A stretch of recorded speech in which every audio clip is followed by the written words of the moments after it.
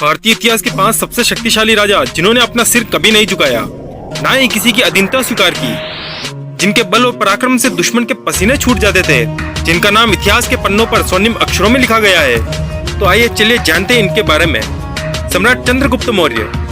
सम्राट चंद्रगुप्त मौर्य को भारत के पहले और पराक्रमी सम्राट के रूप में जाना जाता है। चाणक्य जैसे महान रणनीतिकार को गुरु के रूप में पाने के बाद उन्होंने अपना अभियान शुरू किया और मात्र 20 वर्ष की कम उम्र में ही युद्ध जीतने शुरू कर दिए थे।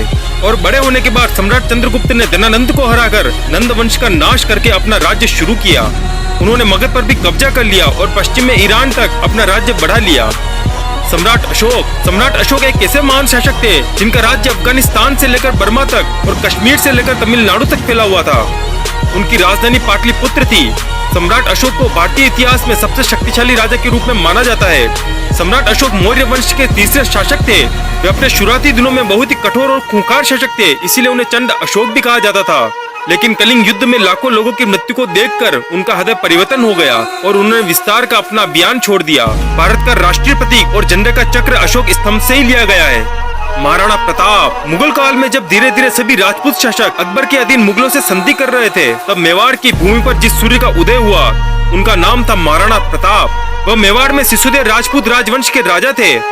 भारत के महान योद्धा महाराणा प्रताप ऐसे शूरवीर थे जिन्हें दुश्मन भी सलाम करते थे। उनका कद 7 फीट 5 इंच था। उनके भाले का वजन 80 किलो था और उनकी दोनों तलवारों का वजन 208 किलो और उनका कवच 72 किलो का था। उन्होंने हल्दी घाटी के युद्ध में बेलोल खान को एक ही वार में घोड़े सहित काट डाला था। उन्होंने कभी अपना और अपनी मातृभूमि का सिर झुकने नहीं दिया। इतिहास में उनका नाम वीरता और साहस के लिए सदा अमर है। उन्होंने अपना जीवन राष्ट्र, कुल और धर्म की रक्षा के लिए अर्पित कर दिया। छत्रपति शिवाजी महाराज मराठा शासन के बहुत ही लोकप्रिय और सफल शासक हुए। उन्होंने बहुत ही कम उम्र में गोरिल्ला और छापामार युद्ध नीति में महारत हासिल कर ली थी। छोटी उम्र से ही उन्होंने देशभक्ति की असीम भावना थी।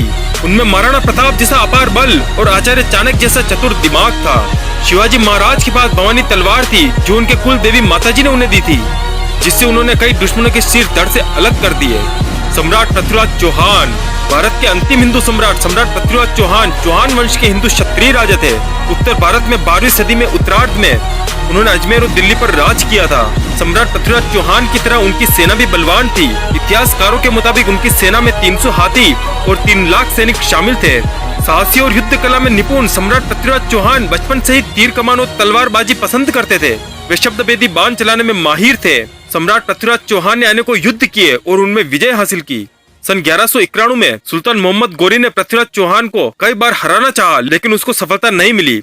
सम्राट पृथ्वीराज चौहान ने युद्ध में मोहम्मद गोरी को 17 बार हराया। इसके अलावा इतने दरियादिली थे कि उन्होंने मोहम्मद गोरी को कई बार माफ कर दिया और छोड़ दिया। 18वीं बार मोहम्मद गोरी ने जयचंद की मदद ली और युद्ध में पृथ्वीराज चौहान को धोखे से हराया। इसके बावजूद भी सम्राट ने अपने दुश्मन गोरी को शब्दभेदी बाण से मार डाला, जिससे सम्राट पृथ्वीराज चौहान का नाम इतिहास के पन्नों पर स्वर्णिम अक्षरों में लिखा गया है। दोस्तों, अगर वीडियो अच्छा लगा हो तो वीडियो को लाइक कर देना और चैनल को सब्सक्राइब करना। फिर मिलेंगे अगली वीडियो में। Thank you.